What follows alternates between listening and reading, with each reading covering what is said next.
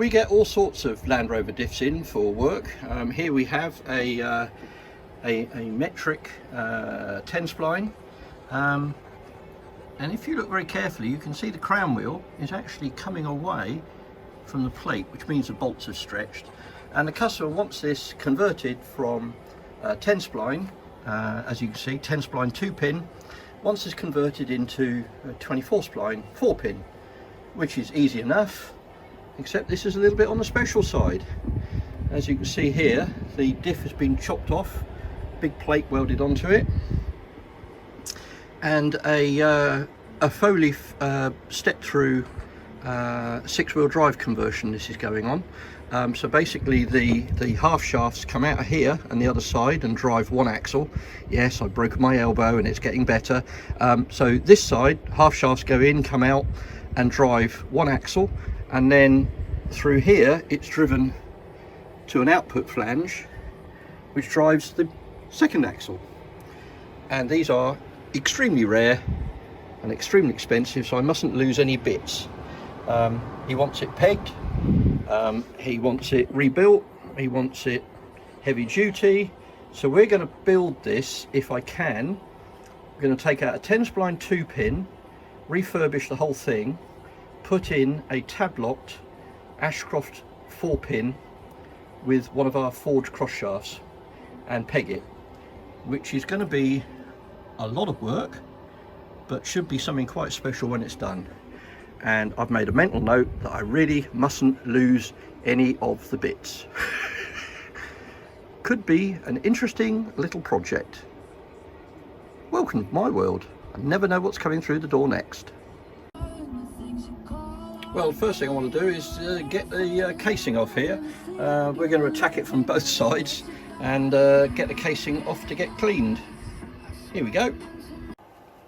So I've taken the guts out of the rear diff, and now we're going to open up this little joiners and separate the casing so I can get it all aquablast cleaned up. It's a seriously well made bit of kit. There's a massive bearing on there. I'm going to make sure that we don't run bills up on this, because I think the parts are going to be horrendous if we have to replace anything, but it could all do with a damn good clean and polish, so you might get a secondary bit of work done. We got the pinion out, and we got another problem because it's got a modified early pinion head. We can't use our later ones that have the pinion bolts, so we're going to have to scratch our heads on that one. Dig a bit deeper. Some considerable time later, it is apart.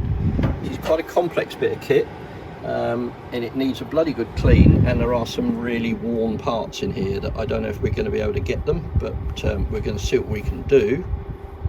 As you can see there, that thrust that's holding the intermediate gear has got an immense amount of wear on it. Some of this has got series bits and some of it's got LT230 bits, so we're hoping that with a bit of research we can find out what's in here, because we're not getting any help from the people that sell them. And we have boxes of bits. Again, there's another shim, and that's got an equal amount of wear on it, not quite as bad as the other one. This all needs a really good clean up. The bench is just a horrendous mess, but we've now got the special casing off there that's going to go off to the cleaners. The big problem we've got is that this uses a particular age of Land Rover crown wheel and pinion. This is a 3.54 early Range Rover, probably suffix A, suffix B, that's got the castle nut on the top, 24 spline, and that is no longer made, and that fits on a very special bit of piece of tooling that holds the front drive in position. So the problem we've got is that is a really weird thread anyway, and we have to use one of those to cobble up the overdrive system, cobble up the 6-wheel drive system, because that all bolts together with the unit. So we're going to have a lot of head scratching here, and it's going to be a lot of money as well. And this is why we have a problem with the crown wheel. It's really badly pitted, really badly damaged, and you can actually see there's a wear line on there, so we can't reuse this. So we got some head scratching. Well, now it's completely in bits, we can sort of start doing something with it. This has been apart loads of times. There's black RTV, there's white RTV, there's blue RTV, there's knackered gaskets on there, there's all sorts. So we're going to see if we can get this cleaned up and do it properly, because these things are an absolute fortune. So it's been through the cleaner, but yeah, we need to get a lot cleaner than this. We're not happy. So cleany time. I was very worried about taking this casing to the cleaners. This top is very nicely but fragilely brazed on, and I didn't want this being one diff they drop and then I'm into a world of pain, as it's very special.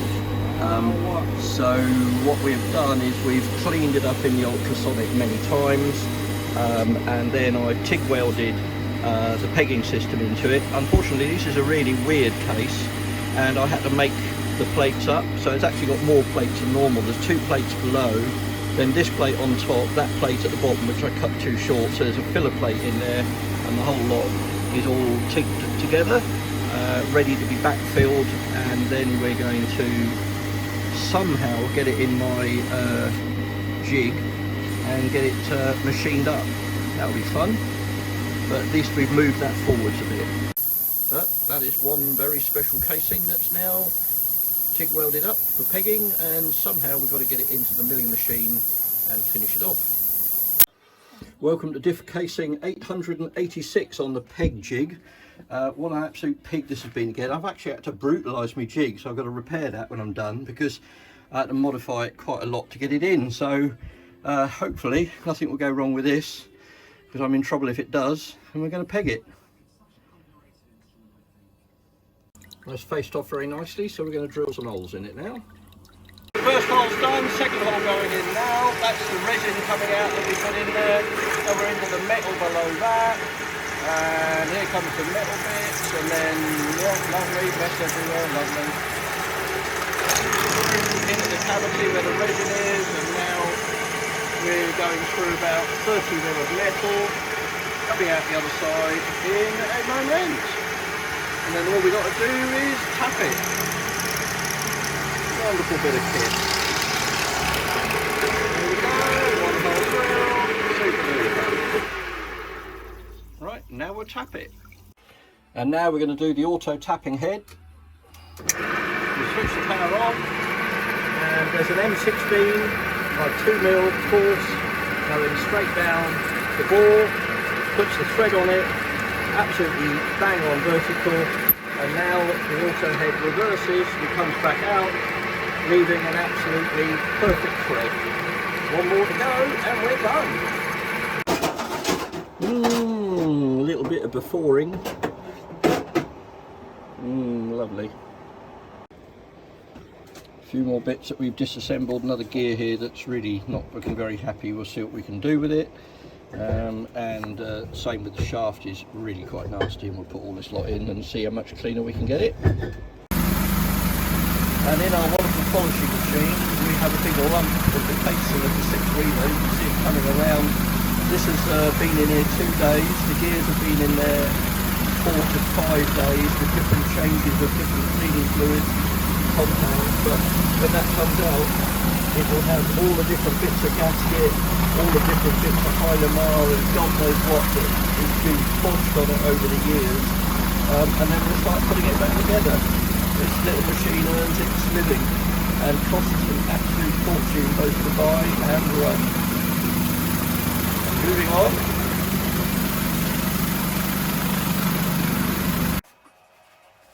One Ashcroft 4-pin centre with the revised crown wheel and pinion on there. We're going to see just how much more this fights us, because we're mixing new bits with old bits, which is always the stuff of nightmares. Seriously, properly all cleaned up.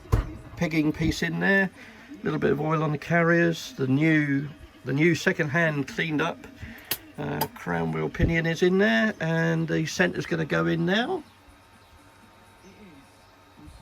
Early 70s casing meets 2022 24 spline centre, and it actually fits without too much drama, although I'm sure there's more to come on this project. Well, that's the first bit done. We've had to cobble a few bits and bobs, but we've upgraded it with the heavy duty bolts, full ultra build spec. We've got our ears on there, Nordlock washers, Wolf bits in there for the crown wheel bolts. We've got the crown wheel in there and a lovely Ashcroft 4-pin centre. So that's the first bit done. The front end, we've just jury rigged it so that we can get a preload properly for it. It's all pegged, and onto the main bit now, which is sure going to fight us.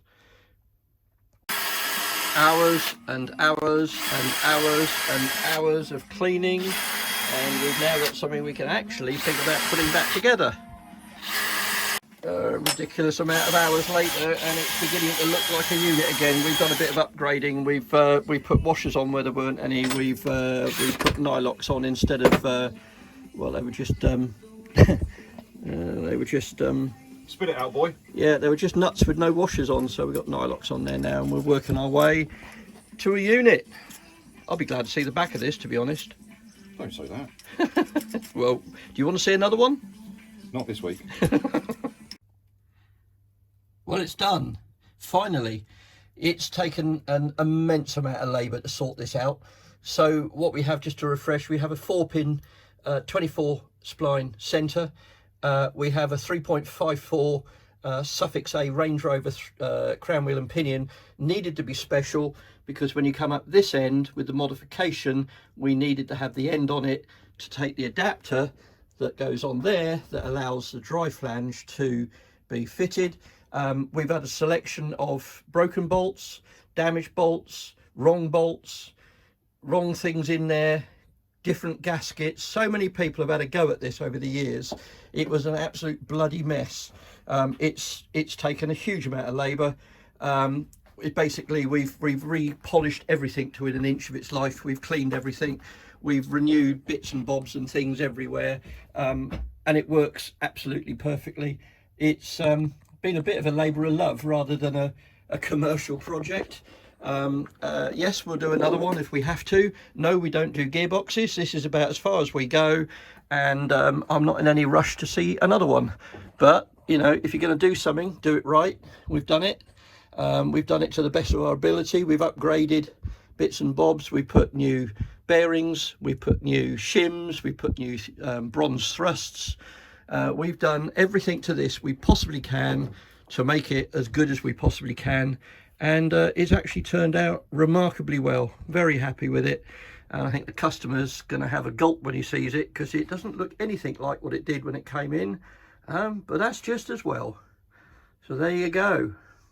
One extremely nasty 10 spline 6-speeder converted to 24 spline, looking a lot happier than when it came in. It's nice to do something a little bit odd now and again. Bye for now.